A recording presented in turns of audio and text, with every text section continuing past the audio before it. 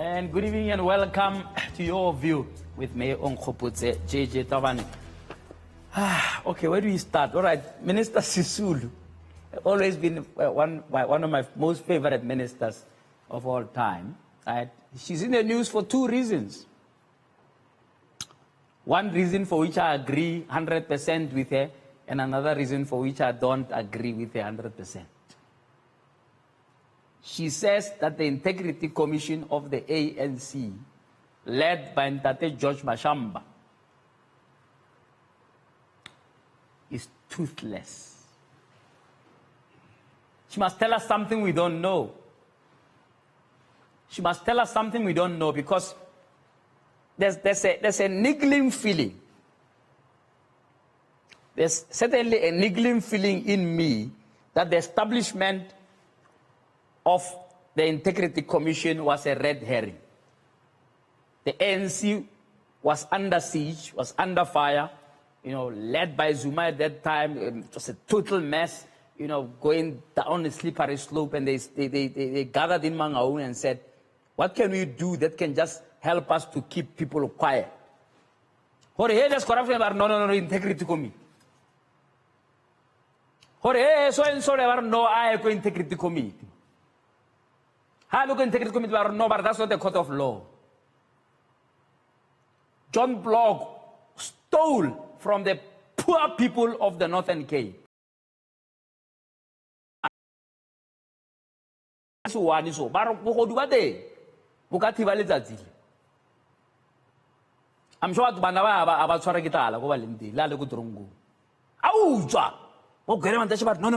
but there's not been found guilty. But why do you have an Integrity Commission? Because that Integrity Commission was supposed to say to somebody like John Block, Papa, go hire the visa man.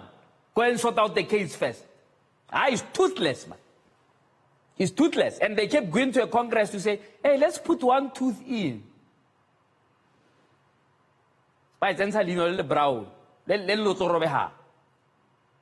Integrity Commission of the ANC. It was a good idea executed badly. This one had the code, Congress of the People. Good idea, very good idea. Away from to right drive. That's what has happened here.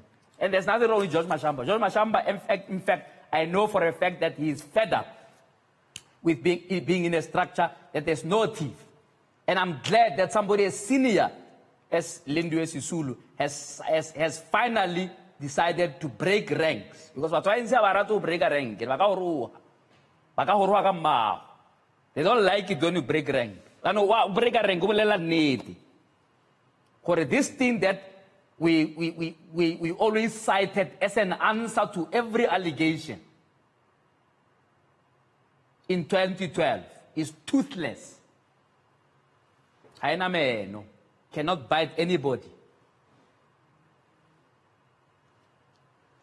I want to understand whether that Integrity Commission, should it raise its head at all to argue that indeed there's some tooth of some kind, have they summoned Ace Magashule to ask him about allegations that are in a book? I'm not talking about an indictment of one page, a whole book of criminal conduct, of the things that he has been doing in the Free State there, another impoverished province, where he led a criminal syndicate there to steal everything possible in that place. It's bad. That Integrity Commission, so toothless, has not even suggested or leave. When government does not suspend you and they say, oh, please, can you take special leaves? Those people have not even suggested he must take an hour off, man. That's how toothless they are. So, Minister Sisulu, on the money. But I don't know, there's no water crisis. It's not a crisis. You call a press conference with 20 people surrounding her to say there's no crisis. If there's no crisis, why do you call a press conference with 20 people to come and talk about the crisis? That doesn't exist. So on that one, Minister, I think let's just learn to not waste a crisis. Let's learn to identify a crisis and face it head on. The same way that you, Minister, were part of a team in 2009 that realized that Jacob Zuma was a crisis. You were part of a team that rescued them when Ali Professor said, we have put as a crisis team to get Zuma off the hook in 2009. Saying that no, his criminal charges are a political conspiracy. The courts have since thrown that out, showing that initiative for what it is. That it was simply a political opportunism. But you knew at that point not to waste the crisis. And in fact, it made sure that the ANC won elections, because on the eve of that election, the charges were suddenly dropped. Forget about how Mpie dropped them, scribbling of some, dusty judgment, which was overturned somewhere in faraway lands. Forget about that. Just focus on the fact that you didn't waste that crisis.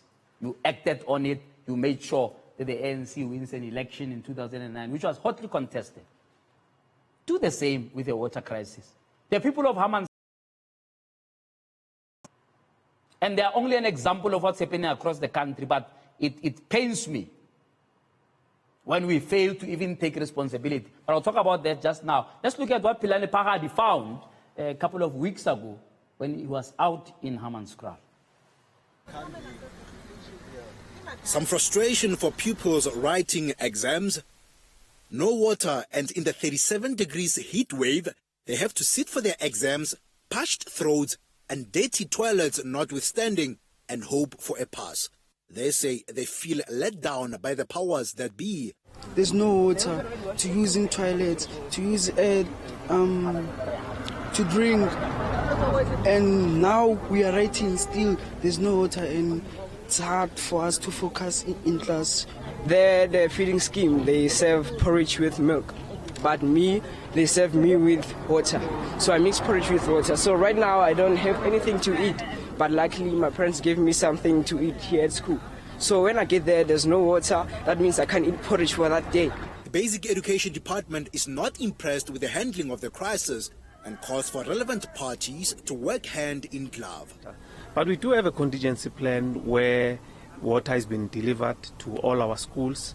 The only challenge is that logistically sometimes it becomes a nightmare, because our officials are expected to go where these trucks are being dispersed to escort them to go to schools, which is something that really we need to interact with the local authorities.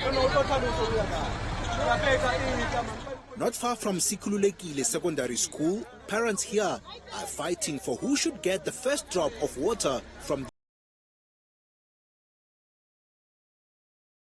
one section of the community called Kanana. He says they usually hijack the trucks, beat the drivers up, and then ration the water for themselves. And mabane driving ngayarena mabane o go betse no go spetlele nga still risky okay Kanana le nna ke te bonnet batho mabane ba tlile mo ba tseya lorry e ba re ba ya Kanana ba fitla Kanana ba rekisetsa batho metsi re nyakile o boleila ke batho ba nong ka tsoka nya ba tsa risky. The Minister of Water and Sanitation says she is aware of the water challenges in the country and is working to resolve them. I just want to state categorically that Hammanskraal situation has absolutely nothing to do with the current rainwater restrictions. The Hammanskraal situation was brought about by one of our substations getting burned down due to lightning strike. We are providing water to the communities of Hammanskraal, Themba, through bowsers, so they do have potable water, and we have increased the bowsers to 60 bowsers running around the entire Hammanskraal. So there is water available. The only difference is we had to shut down the purification plant because of the substation that has burned down. Thank you. But Hammanskraal residents have lost all hope. No, it's very sad. It's very sad indeed. You understand that water is life, and to struggle for a basic human right. I don't even have words to describe it, but it's a very sad situation.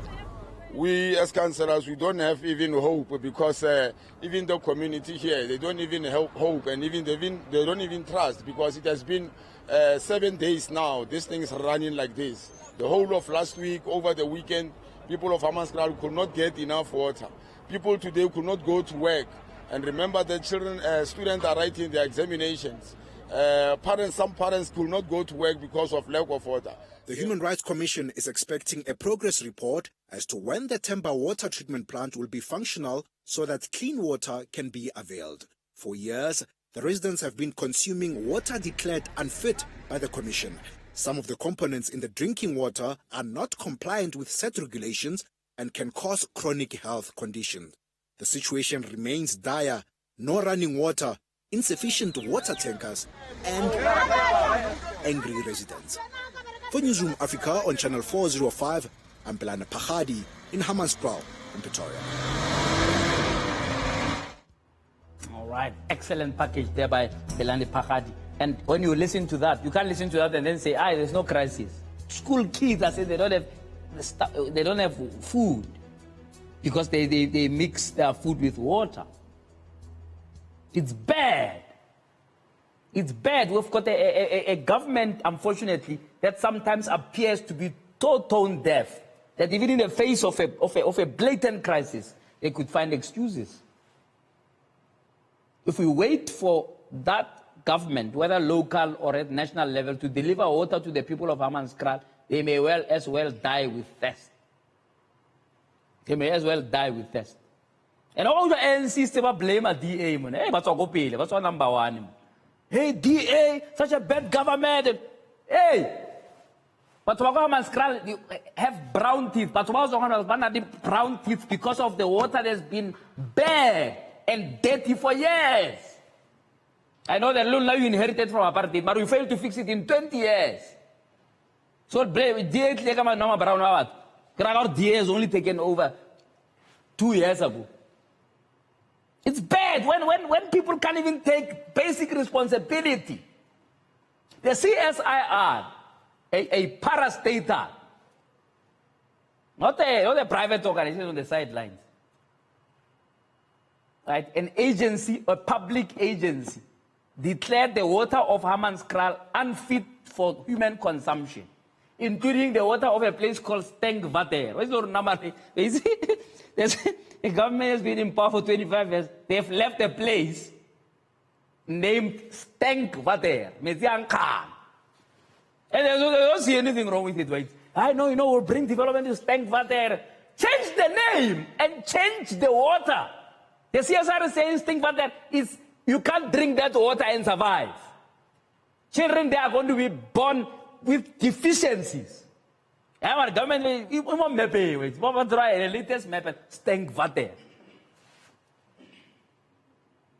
How do you even look at yourself in the mirror when these sorts of things happen? How do you do that?